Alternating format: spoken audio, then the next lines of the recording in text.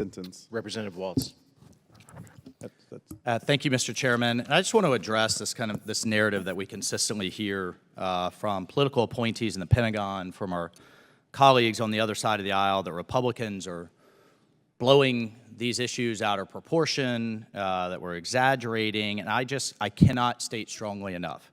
If we did not have cadets, military members, their families bringing these issues to us on a consistent basis, we wouldn't be addressing them here. I have an entire binder of issues, some of them from, one of them from a conservative Muslim family, another of them from a conservative Jewish family. And the question I would ask the other side of the aisle, the ranking member, and you all is, why weren't they comfortable in an inclusive environment going through their chain of command?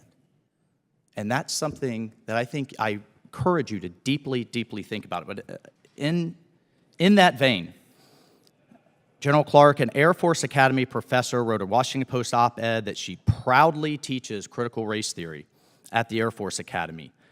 I want to read to you some quotes from the leading proponents of this ideology, because I don't think Americans know truly how divisive and destructive this ideology is. One of them we have here: a positive white identity is an impossible goal.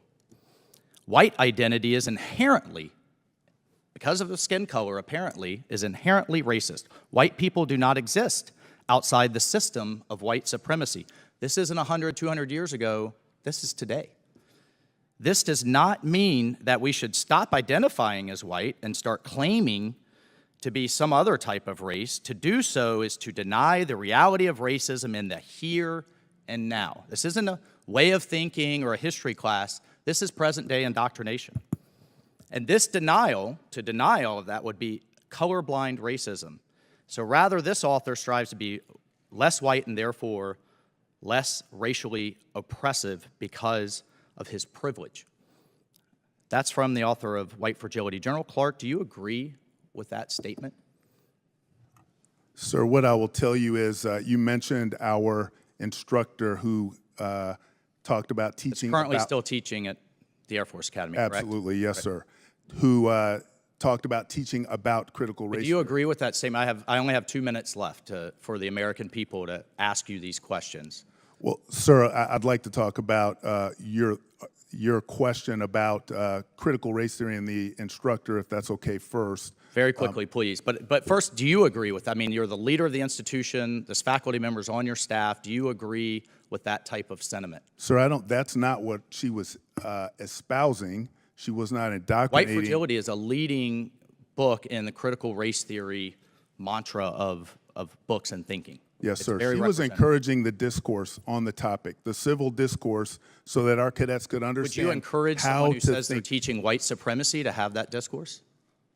Sir, we encourage all civil discourse so that our cadets can learn how to think. Right. At a Cal Berkeley, fine. But in an institution that's teaching our leaders to defend future military members, to die for civilian institutions that are being described as inherently racist and a class of people because of their skin color, that's offensive. That runs against your priorities.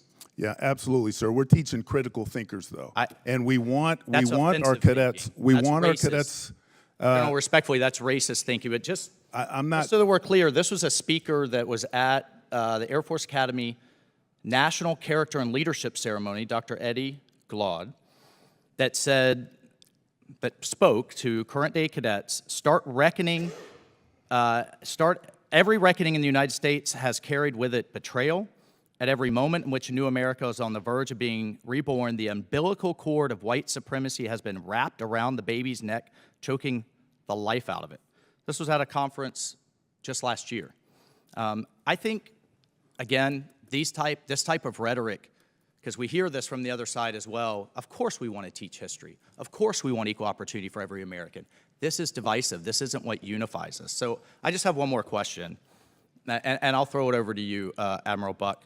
Do you have any empirical evidence? Do you have any data, for example, that shows that a submarine crew is more combat ready or effective because of the diversity mix, because of the different mix of, say, skin color? Mr. Chairman? No, I absolutely agree, but we don't see in many box checking, we're not looking for religious diversity or other types of diversity, or frankly, my wife who looks white, but she's 100% Arab. She doesn't have a box to check, but I would like to reclaim my time a few seconds just to ask the question, Mr. Chairman, for the interruption. We'll and try some to do another decorum. round of questions later, and we'll have an opportunity to do that. Okay, Mr. Chairman.